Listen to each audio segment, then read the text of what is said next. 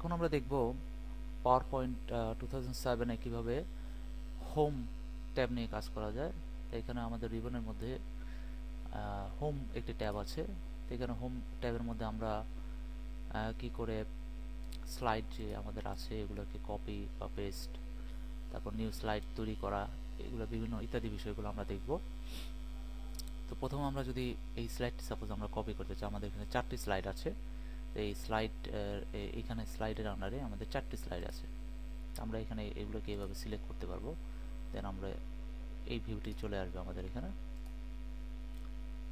এবং আমরা এখানে কোন স্লাইডে বর্তমান প্রেজেন্টলি আছি সেটিও আমাদের এখানে দেখাই দেবে। আমি যদি চাই 1 নম্বর স্লাইডের পরে আমার আরেকটি স্লাইড দরকার, ফর এক্সাম্পল এই স্লাইডটি আমার দরকার, তাহলে 1 নম্বর স্লাইডের পরে, তাহলে এই যে স্লাইডটি আমার দরকার সেই স্লাইডটিকে সিলেক্ট করলাম, এখানে আমরা কপি করলাম, এবং আমরা যদি এখন পেস্ট করি,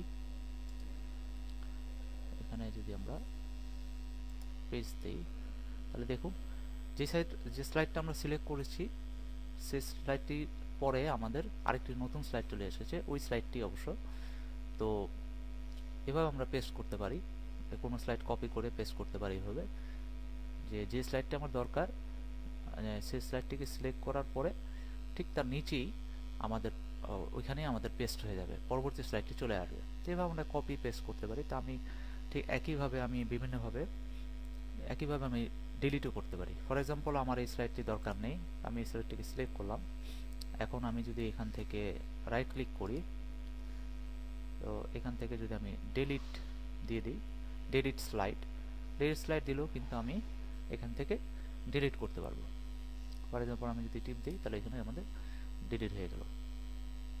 এইভাবে আমরা যে কোনো স্লাইড ডিলিট করতে পারি। তো আমি এইভাবে কপিও করতে পারি স্লাইড, আবার নতুন একটা স্লাইড নিয়েও আসতে পারি। এই কাজটি করার জন্য আমরা প্রথম ফর এক্সাম্পল আমি এখানে একটি স্লাইড, অর্থাৎ এই 1 নম্বর স্লাইডটির পরে আরেকটি স্লাইড নিয়ে আসতে চাচ্ছি। এই কাজটি করার জন্য আমরা প্রথম এটিকে 1 নম্বর স্লাইডটিকে সিলেক্ট করলাম, দেন হোম ট্যাবের আন্ডারে যে স্লাইডস, দেখুন এখানে স্লাইডস যে সেকশনটি আছে বা গ্রুপটি আছে, যাই হোক, এটার মধ্যে নিউ স্লাইড নামে একটি কথা আছে। এর আবার পোর্শন, দুটি পোর্শন। তো এই উপরে যে পোর্শনটি, এটিকে আমি বলতেছি নিউ স্লাইড। এখানে নতুন কিছু স্লাইড সিলেক্ট করা যাবে, অথবা এখান থেকে নতুন একটি স্লাইড নিয়ে আসা যাবে। উপরে যে পোর্শনটি, আমি এখানে যদি ওকে ক্লিক করি উপরে পোর্শনটাতে, তাহলে কিন্তু আমাদের নতুন একটি স্লাইড চলে আসলো। ঠিক যে স্লাইডটা সিলেক্ট করেছি তারপরেই আমাদের জাস্ট আফটার আমাদের একটি নতুন স্লাইড চলে আসলো। এভাবে আমি নতুন স্লাইড ইনসার্ট করতে পারি।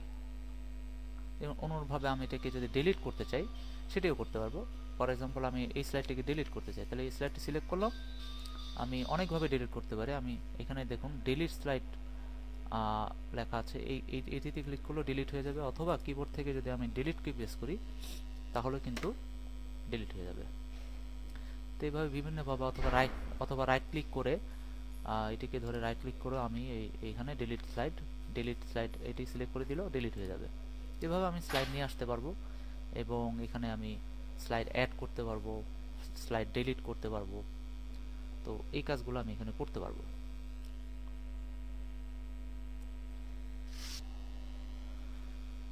তো এখন আমরা দেখব কিভাবে এখান থেকেও নিউ স্লাইড নিয়ে আসা যায় বিভিন্ন। তো এখানে আমরা এখান থেকে নতুন একটা স্লাইড পাবো, কিন্তু এখানে যদি আমরা ক্লিক করি, অর্থাৎ এই নিউ স্লাইডে যদি ক্লিক করি, এই পোর্শনটিতে আমরা একটা স্লাইড সিলেক্ট করলাম, এবং এই পোর্শনটিতে নিউ স্লাইডে যদি আমরা ক্লিক করি, তাহলে এখানে আমাদের অনেক ধরনের বিভিন্ন ধরনের টাইটেল দেখাবে, বিভিন্ন ধরনের স্লাইড দেখাবে। ফর এক্সাম্পল এখানে শুধু টাইটেল অনলি আছে, তারপর এখানে সেকশন হেডার আছে, তারপর এখানে টাইটেল অ্যান্ড কন্টেন্ট আছে, কম্পারিজন আছে, ব্ল্যাঙ্ক আছে। তো যেভাবে যে কোনোটা আমরা কাজের রেসপেক্টে নিয়ে আসতে পারি যেটি দরকার আমাদের। তো আমরা সাপোজ এখানে যদি টাইটেল অনলিতে ক্লিক করি, তাহলে এই স্লাইড যেটি আমরা সিলেক্ট করেছিলাম তার ঠিক নিচে আমাদের নতুন একটি স্লাইড চলে আসবে। এখানে আমরা বিভিন্ন ইচ্ছা করলে টাইটেল চেঞ্জ করে দিতে পারি, welcome to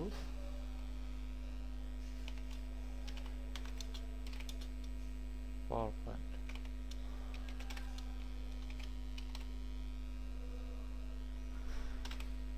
welcome to power point. এইভাবে আমরা